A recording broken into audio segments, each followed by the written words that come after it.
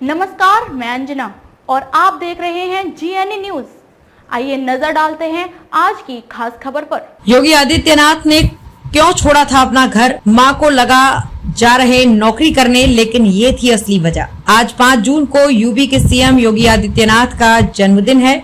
हालांकि संन्यास लेने के बाद से ही योगी आदित्यनाथ अपना जन्मदिन नहीं मनाते हैं। इसके बावजूद सोशल मीडिया पर मुख्यमंत्री योगी आदित्यनाथ को बधाई देने वालों का तांता लगा हुआ है।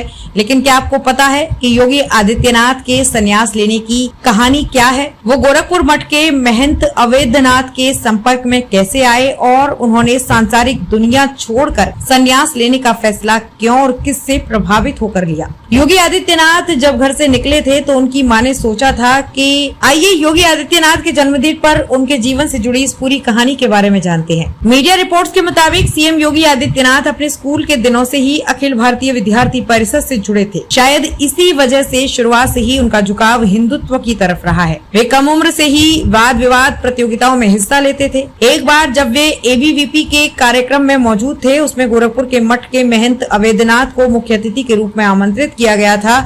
उस प्रोग्राम में देश भर के तमाम स्टूडेंट्स ने अपनी बात रखी, लेकिन योगी आदित्यनाथ ने अपनी बात कहना शुरू किया तो सभी उनकी प्रशंसा करने लगे। योगी आदित्यनाथ को सुन महंत अवैधनाथ भी प्रभावित हुए। गोरखपुर क्यों गए योगी आदित्यनाथ? इसके बाद महंत अवैधनाथ ने योगी आदित्यनाथ को बुलाया और उनका परिचय पूछा। योगी आदित्यनाथ से उन्होंने पूछा कि कहाँ के रहने वाले हो, तो योगी आदित्यनाथ ने बताया कि वे उत्तराखंड के पौड़ी जिले के रहने वाले हैं। तब महंत अवैधनाथ ने योगी आदित्यनाथ से कहा कि कभी समय मिले तो मिलने जरूर आना। जान लें कि महंत अवैधनाथ भी उत्तराखंड के रहने वाले थे। बताया जाता है कि उनका गांव योगी आदित्यनाथ के घर से लगभग 10 किलोमीटर दूर था। योगी आदित्यनाथ भी महंत अवैधनाथ से मुलाकात के बाद उनसे बहुत प्रभावित हुए थे। फिर योगी आदित्यनाथ महंत अवैधनाथ से मिलने गोरखपुर भी गए। हालांकि कुछ दिन बाद योगी आदित्यनाथ वापस अपने गांव लौट गए। वापस घर आकर योगी आदित्यनाथ ने ऋषिकेश के ललित मोहन शर्मा कॉलेज से MSc की पढ़ाई शुरू कर दी, लेकिन उनका मन गोरखपुर में ही रखा रहा था। फिर अचानक महंत अवैधनाथ बीमार हो गए। तब योगी आदित्यनाथ उनका हालचाल लेने पहुंचे।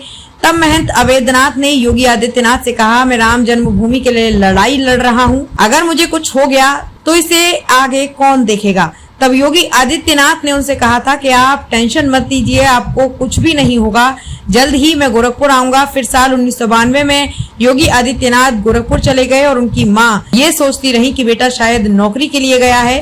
हालांकि बाद में योगी आदित्यनाथ ने संन्यास ग्रहण कर लिया।